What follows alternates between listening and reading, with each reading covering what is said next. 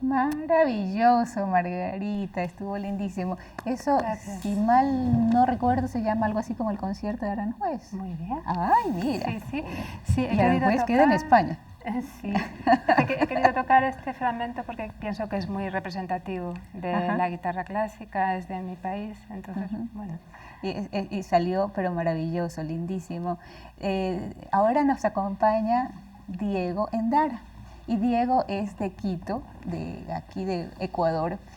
Diego, de ti podemos aprender muchísimo, no solamente como guitarrista, sino como director de diferentes ensambles musicales y coordinador de juventudes.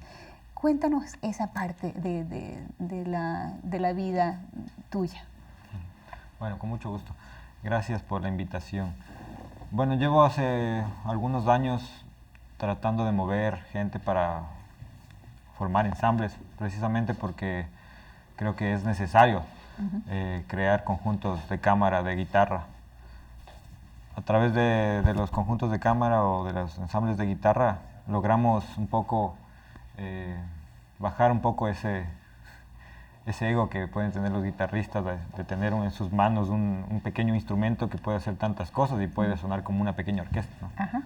Entonces creo que es importante tener ese trabajo, aprender a trabajar grupalmente.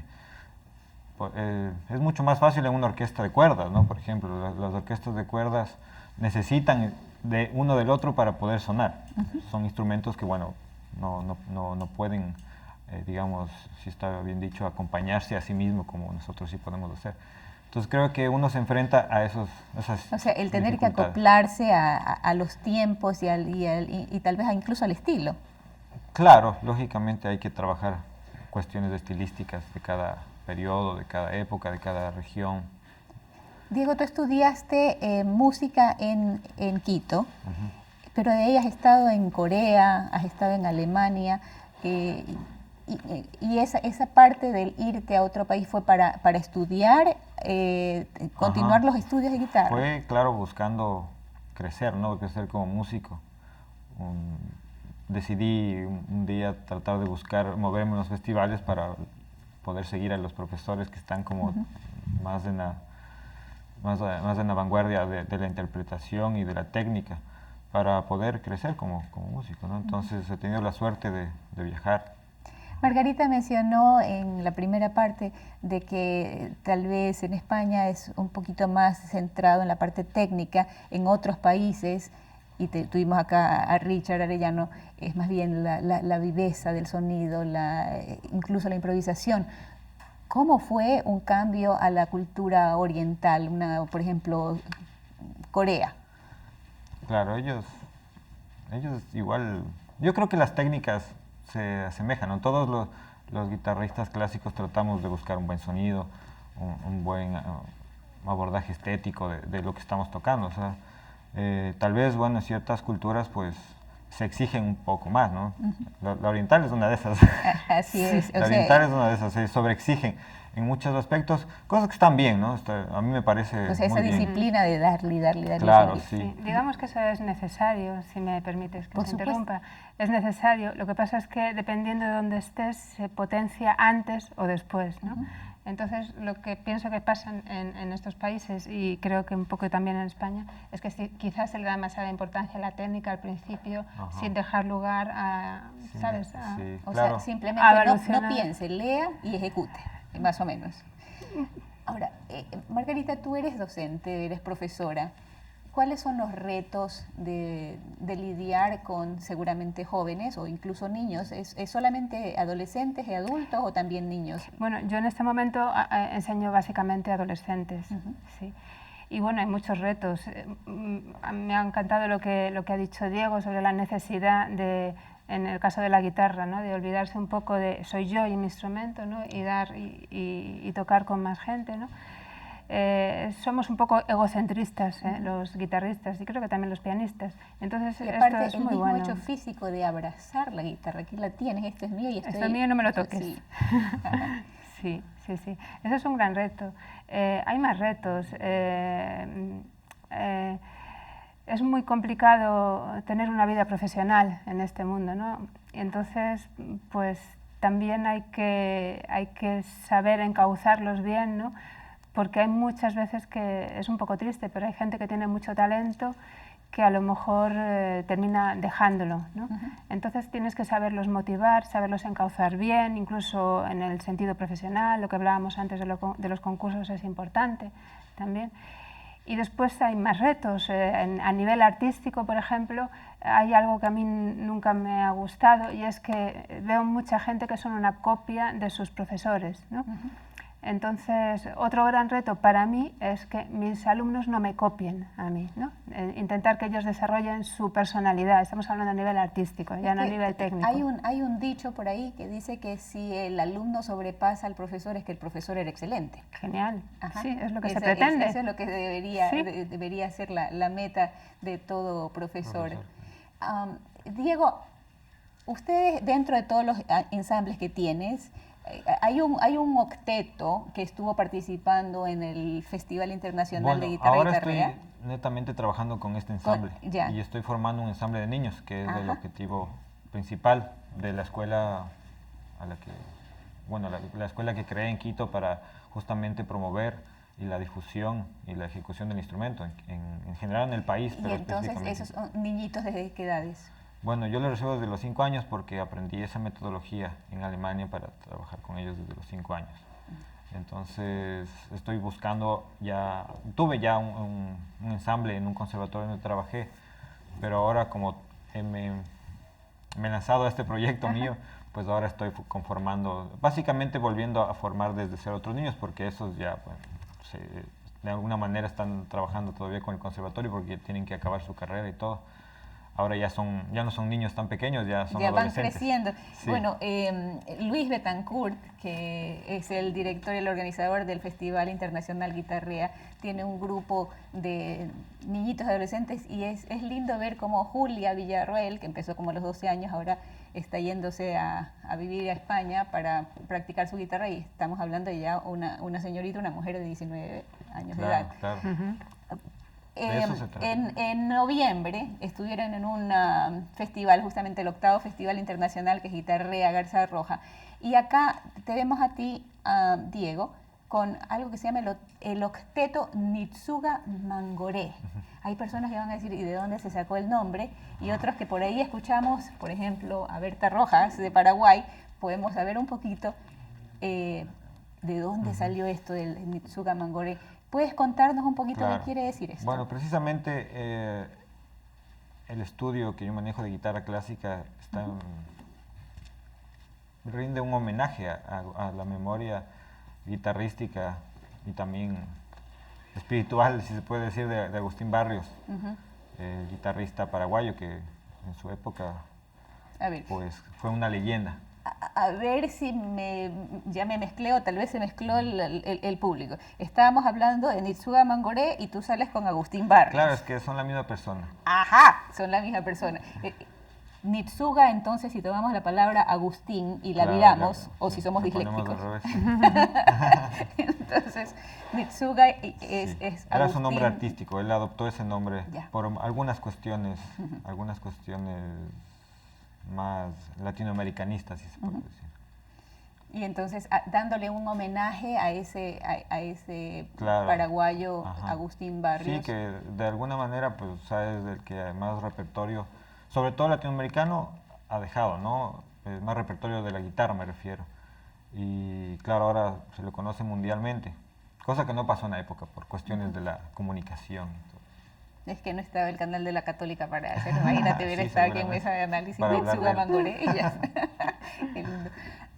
Margarita, en el caso, por ejemplo, de los adolescentes con los que trabajas, ¿cómo los conectas a ellos en festivales internacionales?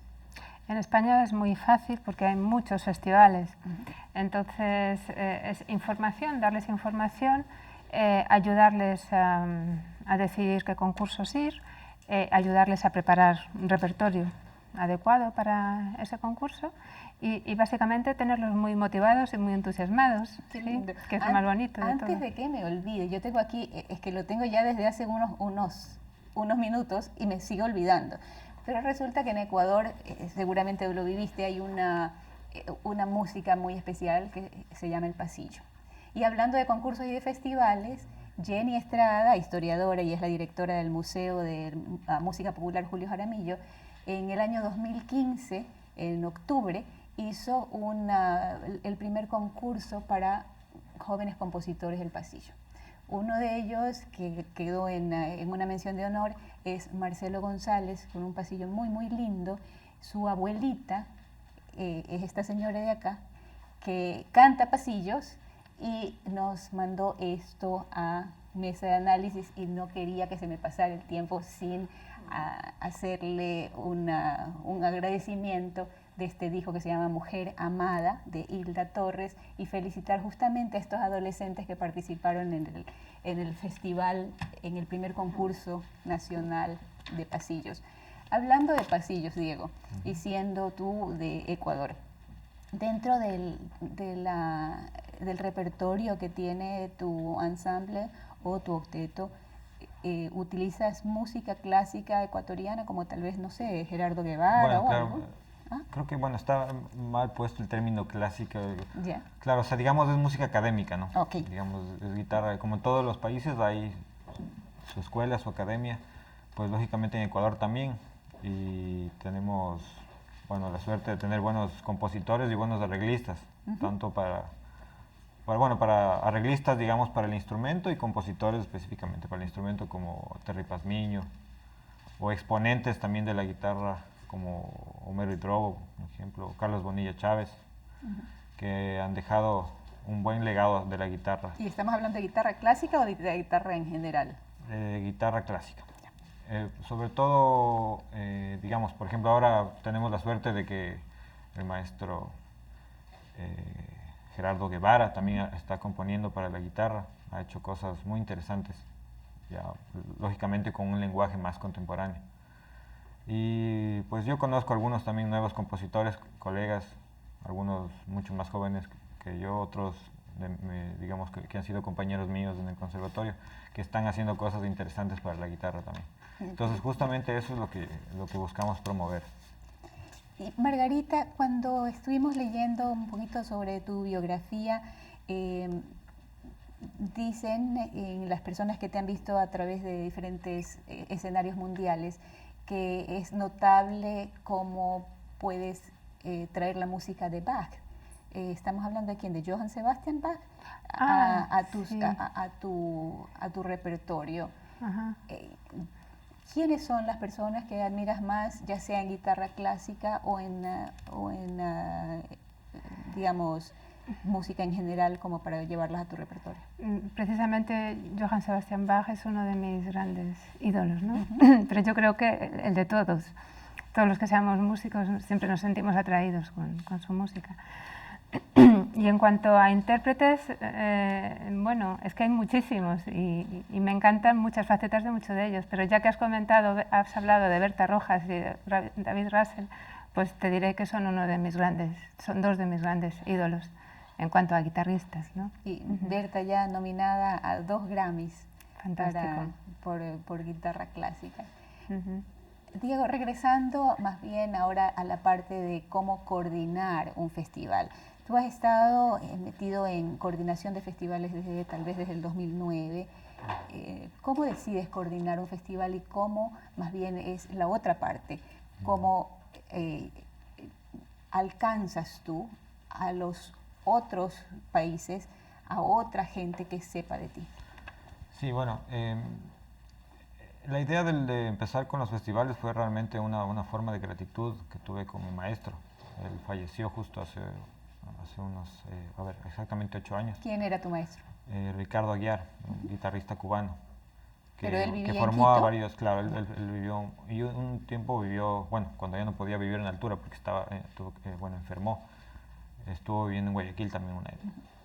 Él formó a varios guitarristas que actualmente igual se desempeñan como profesores y concertistas en Quito, entonces justamente pues no podía, es lo mínimo que podía hacer, pues le rendimos un homenaje durante 2 años.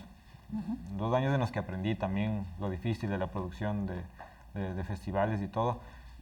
Ahora que bueno, tengo ya este proyecto de la escuela con una figura ya mucho más jurídica, pues ya se pueden conseguir más auspicios, que es lo más complicado, ¿no? Pero claro, lo pienso retomar desde el año que viene. Pudimos invitar a, bueno, un guitarrista chileno, a Sebastián Carrasco, y en el segundo festival estuvo Víctor Villadangos también. Y bueno, la idea es ir creciendo. Ya. Pero aquí estamos sacando toda la información, así parece así como exprimirles el cerebrito. ¿Cómo? ¿Cómo? Pues con todas las ganas Ajá. que se pueda. Mira que no nos quiere contar. No, es que realmente es complicado, todos lo saben, es complicado. Cuéntanos la parte de la complicación. Bueno, la complicación, yo personalmente mi complicación fue que nunca lo había hecho. Ya. O sea, es la primera, no puedo decir que es una cuestión imposible o que nadie lo puede hacer, porque existen.